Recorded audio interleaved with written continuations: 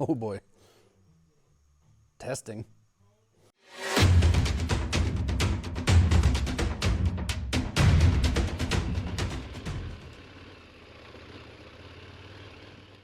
All right. Hey there, everyone. It's been a while. Hope you all had fun with COVID and I don't know, the last 3 years. It was pretty wild. I live in a different state now, so that's interesting. But here we are. We've got a new project going on. We are calling this Budgetmoto Adventures. Basically what we're doing is we've got as many people as we can get to participate. At the moment, it's only 2, me and one other person, but we have $1,000 each to buy a motorcycle, fix it up if it requires anything, which if you're shopping in the $1,000 price range, it's gonna need work. And then outfit it for travel, and then take a 4-day trip. 4 days, maybe longer, but the plan is 4 days. And we're doing this to show that motorcycling does not have to cost thousands of dollars. You don't have to have a KTM. You don't have to have a $25,000 BMW. You can have fun on one of these. And the point is to show that the motorcycle is a tool. Don't get too hung up on the bike. Go have fun, because sometimes something like this is going to cause some unexpected situations, and sometimes that's the most fun. So it's an experiment. It may be a total failure. Don't really know yet, but let's get into it. Throughout this whole video series, just a heads up, I think it's probably going to end up being 3 parts. It's winter time right now, so we're kind of shopping for bikes. Obviously I have one. Working on the bikes, preparing for the trip. Then the next video will be actually showing the work that's happening right now.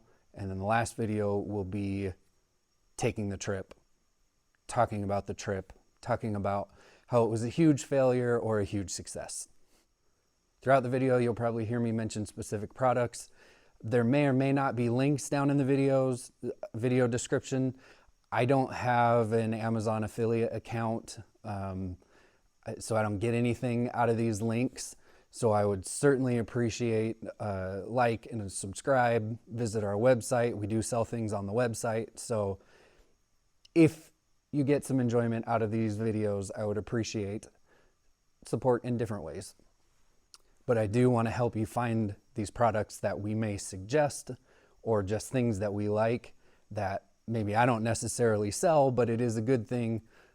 The whole point of these videos is to help people get into motorcycling. So if you see something you like, I'll try and help you find it. All right, so like I said, the point of this is to do a cheap adventure. $1,000 does not buy a lot of motorcycle, especially when you have to work on the motorcycle, put luggage on the motorcycle, and then take a trip on that motorcycle with all of that same $1,000. So you can't be picky. Like if this is your first motorcycle, or if you just want to try taking a shitty bike on an adventure too, but you're already familiar with motorcycles, just know you can't be picky. Yeah, it would be awesome if you could find a smoking deal on a KTM 990 adventure. It's probably not going to happen. So take what you can get, and also keep in mind, a cruiser's not going to explode if you take it down a dirt road. A dual sport, probably not going to be super comfortable on the highway, but as long as you're nice to it, it'll do it. You're going to have to take what you can get. If this is your first time shopping for a motorcycle and you want to learn how to do it on a budget, this is for you. This is what we're trying to do. Trying to help you get into a motorcycle safely with quality gear. Don't buy cheap gear. It's a bad idea. It's not worth it. We want to help you get into a motorcycle, have fun safely with a small budget. As we go along, I'll try my best to put things superimposed on the screen. Maybe over here we got a nice whiteboard. No promises. I'm not super good at editing, so that may or may not happen. When you're shopping for a cheap bike, you got to keep in mind you're going to end up working on it, especially to get it ready to go have fun on. It's really unlikely that you're going to find a bike that's ready to go for $500. You're going to have to get your hands dirty, or you're going to have to up your budget. You know, you can spend more. And if you bump your budget up to maybe $2,000, there's a lot of bikes in that price range that they're not going to be brand new, but they're going to run probably right off the bat, very minimal work, and you can just get on it and go. The point of keeping the budget on this as low as possible was to make it as difficult as possible, because it's supposed to be entertaining. Hopefully that works. You'll see throughout the video, I have a lot of tools. I have a lift. I have this nice workbench. You can't see the rest of it, but there's a big shop behind you. You don't need all of this stuff. I just have it because this is my business. This is what I do. You can do this in your driveway. You can work on the ground. It kind of sucks to work on a motorcycle on the ground in the driveway or in the garage, but you can do it and work your way up to a lift someday, maybe. We're using these tools for this video because I have them. And as you're shopping for your bike, don't forget that you have to account for safe riding gear, not cheap crap on Amazon. I see you. Don't buy that stuff. And if you decide that you're going to go camping on your trips, you need to set some money aside for camping gear, a sleeping bag, a tent, a hammock. We'll talk about that later, but I prefer a hammock. And then you're going to need to keep some money to get your bike going. Honestly, if you're shopping down in this price range of, you know, sub $1,000, which means you're shopping for $200 to $500 motorcycles. If you find a $200 motorcycle, you're going to spend at least another $200 getting it to run. Don't shop in that price range if you are not capable or comfortable doing the kind of work that it'll take to get a bike roadworthy. This is not the most beautiful machine ever. As you can see, it's quite ugly and it needs a lot of cosmetic things, but I chose this bike specifically because the important things, mainly this thing, oh, there it is, that still is usable. With my experience, I was able to deduce that this machine will work still. Even though it's really ugly, it doesn't need anything major.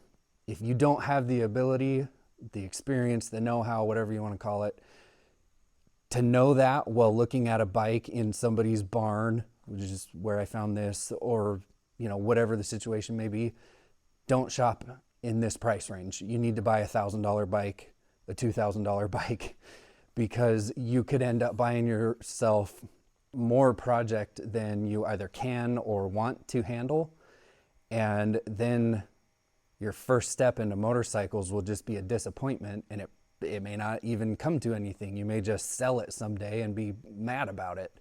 So buy in your price range as well as in the range of your abilities, to make sure that you have fun, because you don't want a project if you're not ready for a project. So I think first thing gear-wise that we can go over is the helmet. To me, that is number one most important thing. Depending on where you live, it may be legal to ride without a helmet. I do not recommend it, and I do not ride with people that don't wear helmets. It's just stupid. They're not expensive. You get used to wearing them. Buy a helmet. If this is your first motorcycle, buy a helmet. And don't buy a $60 brand new helmet on Amazon because it looks cool and they seem like they're good enough. You can buy helmets fairly cheap these days that are quality, safe helmets. The helmet that I wear whenever I ride my bike is a Scorpion EXO AT950, something like that. I don't know. It's a bunch of letters and numbers. I really like that helmet. I've never crashed in it, but I feel like it's a pretty decent helmet. They're about $260 to $300, somewhere in that range. And as far as helmets go, that's definitely middle of the road, but they get way more expensive than that. A jacket, you can cheap out a little bit. Shop places like Cycle Gear. If you don't live in a city where there is a Cycle Gear physical store, you can go to their website. It's a little bit annoying to not be able to try things on, but if you have a good idea of what size you wear, buy your jacket through Cycle Gear. I don't know if I'd recommend Amazon for jackets. Get something that has actual padding in it, not just abrasive resistant materials like Kevlar and Cordura and Dyneema or whatever they're calling it. Those are good. You need that abrasion resistance on your shoulder and your elbows and on your back, but you need padding in there too. Your hard parts, they need padding. Buy yourself a jacket that has pads in it, and if you can afford it, go for a name brand, well-known jacket. The brand that Cycle Gear sells is Bilt, B-I-L-T. They're not bad. I have a couple of jackets from Bilt, and then I've just added padding into them because they didn't come with pads in them, but you can buy pads separate, and as long as your jacket has pockets for it, you just slide them in there. Same exact story for pants. This one, to me, I wear motorcycle specific riding pants. They're waterproof, they're ventilated, they have hard pads in them. You shouldn't skimp. I'm not telling you to skimp, but a lot of people do ride in just normal pants. If you crash, you're going to be bummed. But if there was somewhere to skimp, it's not the helmet. You could maybe try and skimp on the pants. I wouldn't, but I get it. This is a budget thing. Then you've got boots or shoes. If you're gonna just be riding on the highway, I honestly don't see a point in getting anything that's super motorcycle specific. Stiff hiking boots are probably, a little bit uncomfortable, but they will do just fine. A lot of people just ride in shoes. If you get caught in the rain though, you're gonna be bummed out. If you're gonna be riding off-road, I would recommend some form of specific dirt bike or off-road motorcycle boots. Those do get expensive fast, so that's something to take into account if you're trying to put together a budget to get into a dual sport bike. Get good boots, because it's really easy to injure your ankle or your feet riding off-road. And you can do it on the road too, but it's a lot more likely off-road. And last thing would be gloves.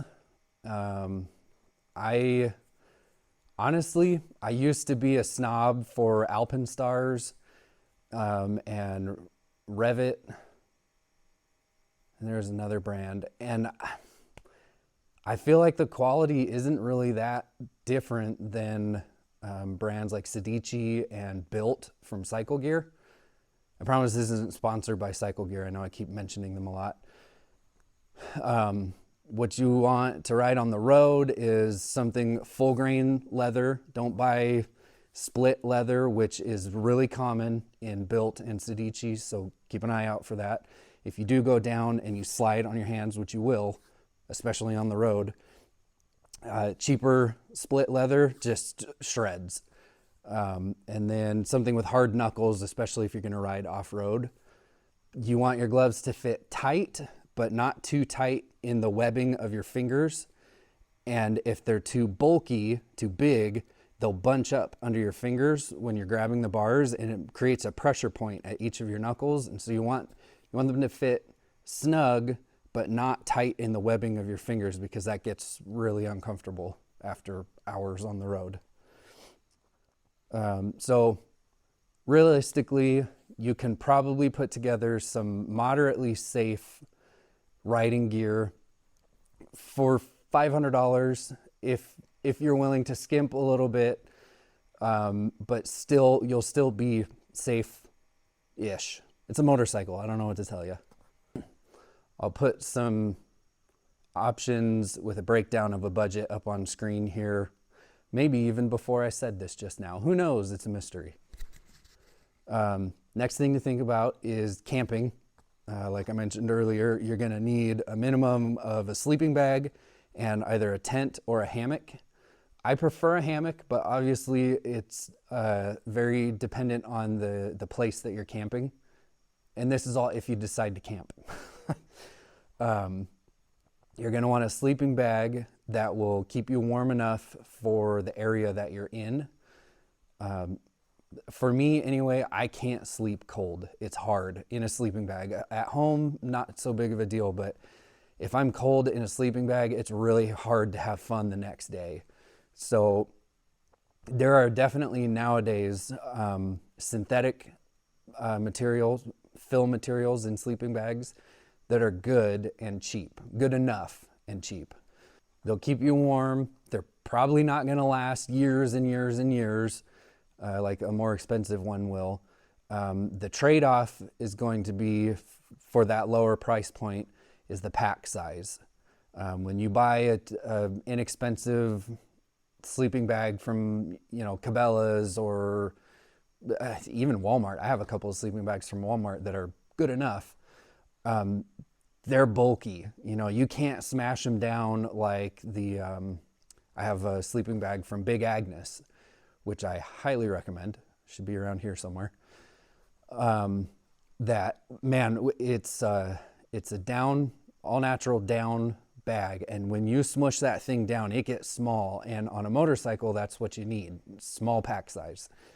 So you can trade your small pack size for a lower price if you need to. You'll still be alive. You're not going to freeze to death in a cheaper sleeping bag as long as you buy a bag rated for the area where you're camping. Realistically, most people aren't riding motorcycles all winter long anyway, so you should be safe with an inexpensive bag. And so then the next option or decision that you need to make is tent or hammock. And like I said, hammock's not going to work everywhere. You need trees, you need posts, you need something to hang your hammock from. But I will say, I much prefer a hammock to a tent. I sleep a lot better. It's just more comfortable for me than laying perfectly flat on the ground. It's a personal preference, and unfortunately, it's one of those things you just have to try it and decide if you like it or not. So it's kind of a gamble. Hammocks can be bought you can buy them for like $15 at Walmart. It's just a fabric sleeve. It's not going to have the bug net over you. The hammock that I use does have a bug net. I prefer that. Kind of depends on where you live. If you're worried about mosquitoes, you might want a bug net. I just this past summer went on a motorcycle trip from where I live in North Idaho all the way up to Prudhoe Bay, Alaska, down around Denali National Park, down to Homer, Alaska, and then back home. And I slept in my hammock. It was about a 50-50 split of the hammock and the tent. Kind of just depends on the situation. Hammocks work if you can get accustomed to sleeping in one. Like I said, hammocks you can get from the $15 range for a cheap one. They get much more expensive. I mean, there's multi-$100 hammock options out there. You probably don't need those, especially if you're going for a budget setup. And then in the tent world, it is a little bit more convenient, especially if you're just getting started. If you just want to be able to get on your bike with not very much experience and go moto camping, you probably want to start with a tent. You can get a tent that's good enough at Walmart it's been a while since I bought one, but less than $100. The first time I went to Alaska, which was 2014, I took a tent from Walmart and it was fine. I survived. I didn't get wet. So they do work. The tent that I use now, though, when I have to use the tent, which I highly recommend, you'll find it up here somewhere, or at least in the description, is the Big Agnes Copper Spur something or other. It's a very nice tent. It's also a very expensive tent. So like everything, there's a cheap option and an expensive option. Decide where that fits in your budget. Then you're going to need, for either a hammock or a tent, you're going to need a sleeping pad. Well, I prefer a sleeping pad. I guess some people might be all right just sleeping on the hard ground inside of a tent, or no sleeping pad inside of a hammock. I prefer to use one. Not necessary though. You can use an inexpensive sleeping pad. The difference is going to be there won't be any insulation in it, and they're not going to be very durable, and so you'll pop it pretty quick. And then again, pack size. The more expensive they are, usually the smaller they'll squish down. Then a couple of small things to think about. You're going to want a minimum, I guess, you're going to want a minimum of a flashlight, a knife of some kind, and a way to start a fire if you want to camp. And that kind of goes into some things we'll talk about later on in the video series about ways to save money. Cook over the campfire. Going to a restaurant every single night on a motorcycle trip is fun. Don't get me wrong, but man, it adds up quick, especially nowadays. So if you're familiar with cooking over the fire, which if you're shopping for a motorcycle, you've probably gone camping before, and you're willing to cook over the fire, you can save a lot of money. So I would definitely have a way to start fire. So those are just a few pretty basic recommendations on your riding gear and your camping gear. If you don't have any intention to camp, more power to you, honestly. Staying in hotels is awesome. It's also really expensive. So being this is a budget thing, this project, we will not be staying in hotels, unfortunately. I enjoy a good night of sleep, but when you're trying to save money, you're going to sleep in the dirt. That's kind of how it works. So with those two things behind us, let's move on to the bike itself. The biggest thing to keep in mind, and I already mentioned, is you cannot be picky in this price range. If you're trying to get into a budget motorcycle for $5,000, which I would consider still a budget motorcycle, you can shop around a little bit. You'll be able to pick and choose. The $5,000 mark for a motorcycle is a pretty good one. There's a lot of different options out there. You're not going to get brand new. They're probably going to have high-ish miles for a motorcycle, but there will be some decent options. You know, you'll be looking at used, obviously, Suzuki V-Stroms or Kawasaki Versys 650 or the KLR 650. We're going to talk about that bike a lot. If you're wanting to be more of a sport touring kind of person or just a highway touring kind of person, you'll be looking at more road-oriented bikes, obviously. Or you'll be looking at cruisers, which honestly, budget road bikes, if you're looking for a cheap bike to just get on the road and hammer out miles and go see cool things, odds are you're going to end up with a cruiser because they are everywhere. A lot of the times you can find them with fairly low miles because somebody will buy it with intentions of doing all kinds of trips or whatever. It's usually a midlife crisis bike, and it'll get ridden to work a few times and it'll get parked in the garage and forgotten about. They're generally older bikes with fairly low miles, but they're cheap and they're everywhere.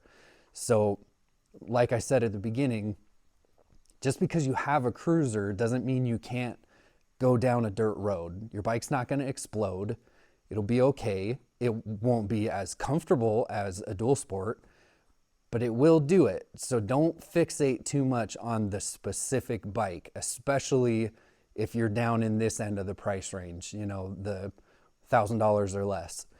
The one thing that I would say, regardless of what your price range is, And especially if you're not the kind of person to work on your own bike, whether you don't want to, you don't know how, you don't care to learn how, you're going to want to look for a bike that sold a lot, which brings up the KLR 650.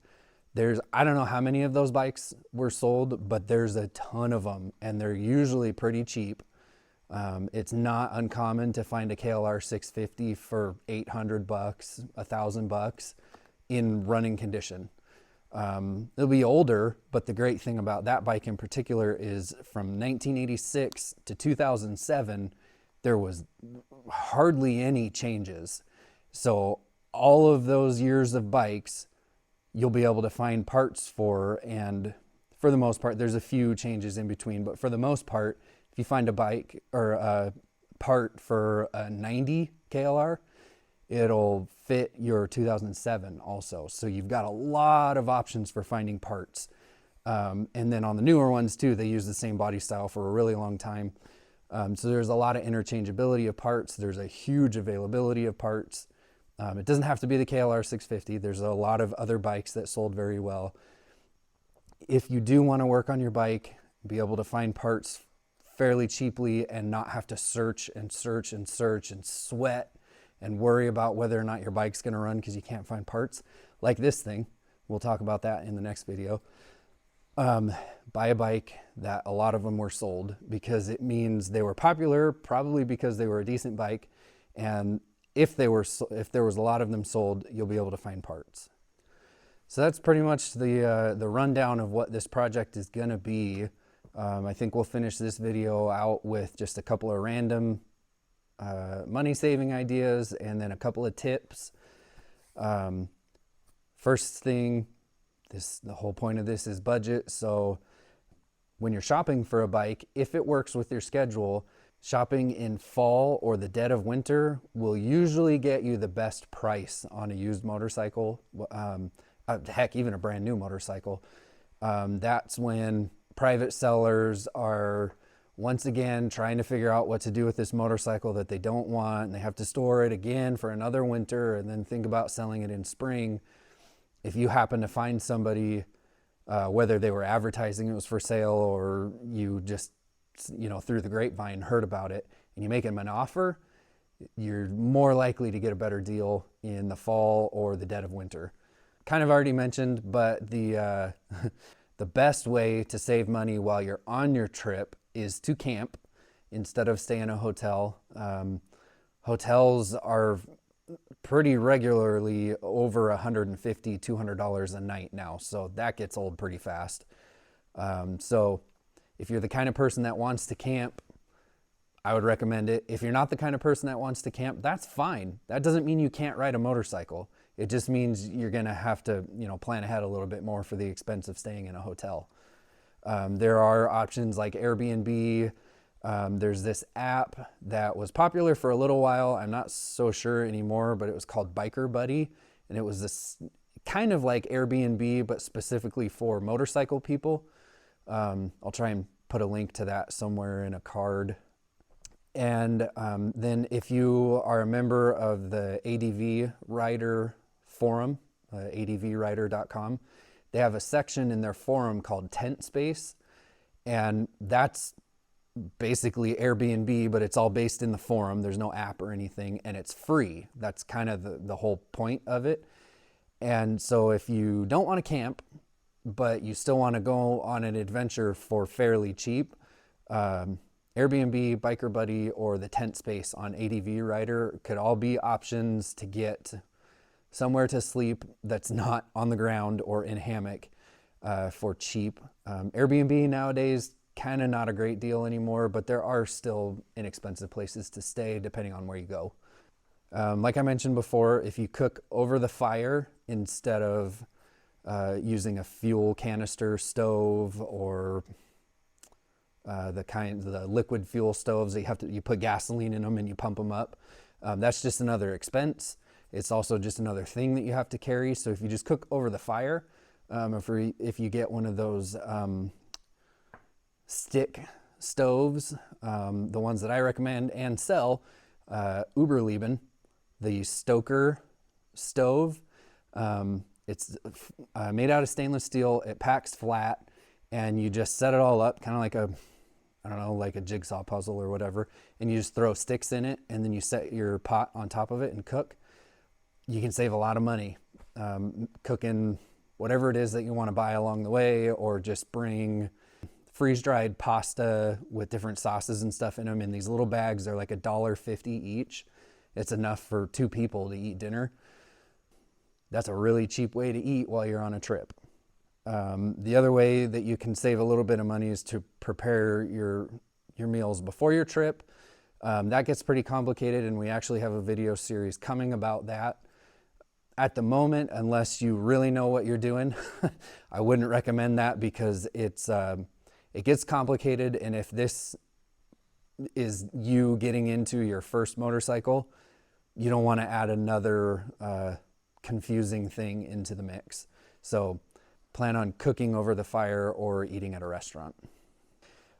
You can, and you'll see us do this in the next video of the series, you can repurpose things that you find at a yard sale, at a thrift store, in your closet. You can repurpose those and use them for luggage on your motorcycle. You know, you don't have to have $1,000 plus worth of Moscow Moto luggage. That stuff is awesome. I have it, I use it, I like it, but it's not necessary.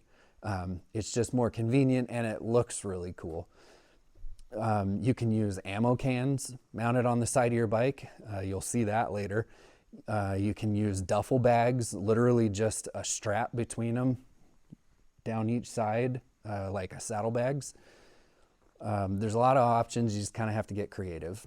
You'll see some actual examples of what I'm talking about in the next video when we actually start working on the bikes and outfitting them.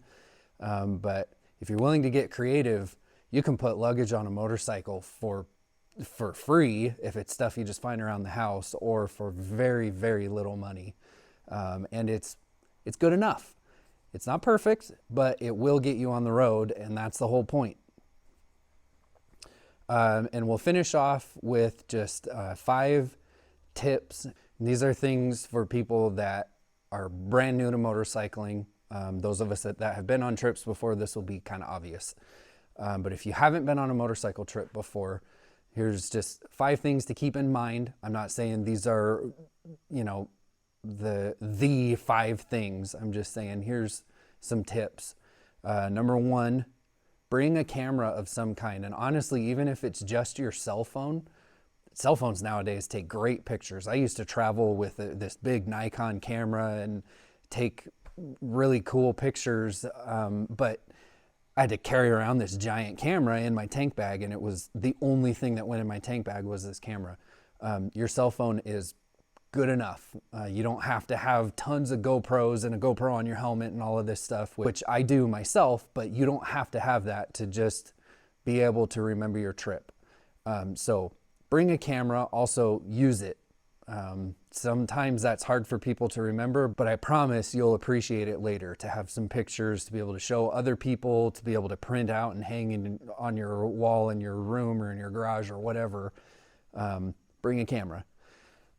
Next one, number 2, have a game plan before you hit the road. Obviously, the getting the bike, the working on the bike, all of that, that is just going to kind of happen by the seat of your pants kind of a thing. You'll figure it out as you go. But before you get on your bike to actually leave on a trip, especially if it's your first trip, have some kind of an idea of where you want to be each night. At the very least, know that, okay, by dinner time tonight, I want to be in Salt Lake City or whatever it is, somewhere. And you may not nail that perfectly, but if you at least kind of have an idea of where you're supposed to be every day, it'll help you avoid certain scenarios like running out of fuel or getting tired, having to put too many miles in a day when you're not prepared for it. Because when you're new on your first trip, you know, maybe everybody's different, but you probably won't be super comfortable going 500 miles plus on the highway. If you're in the dirt, obviously you're not doing nearly that many miles, but have a rough idea of where you want to go every day. You don't have to be super meticulously planned, right down to the very mile, unless you enjoy that. I do enjoy that. That's how I plan my trips. But I also understand that things change. You have to be a little fluid. But it's a little bit safer to just have a little bit of an idea of where you're going to be, at least at the end of every day. Next one, number 3, bring first aid. Like, this is non-negotiable. Bring some sort of a first aid kit. You don't have to be, CPR trained, EMT, anything like that.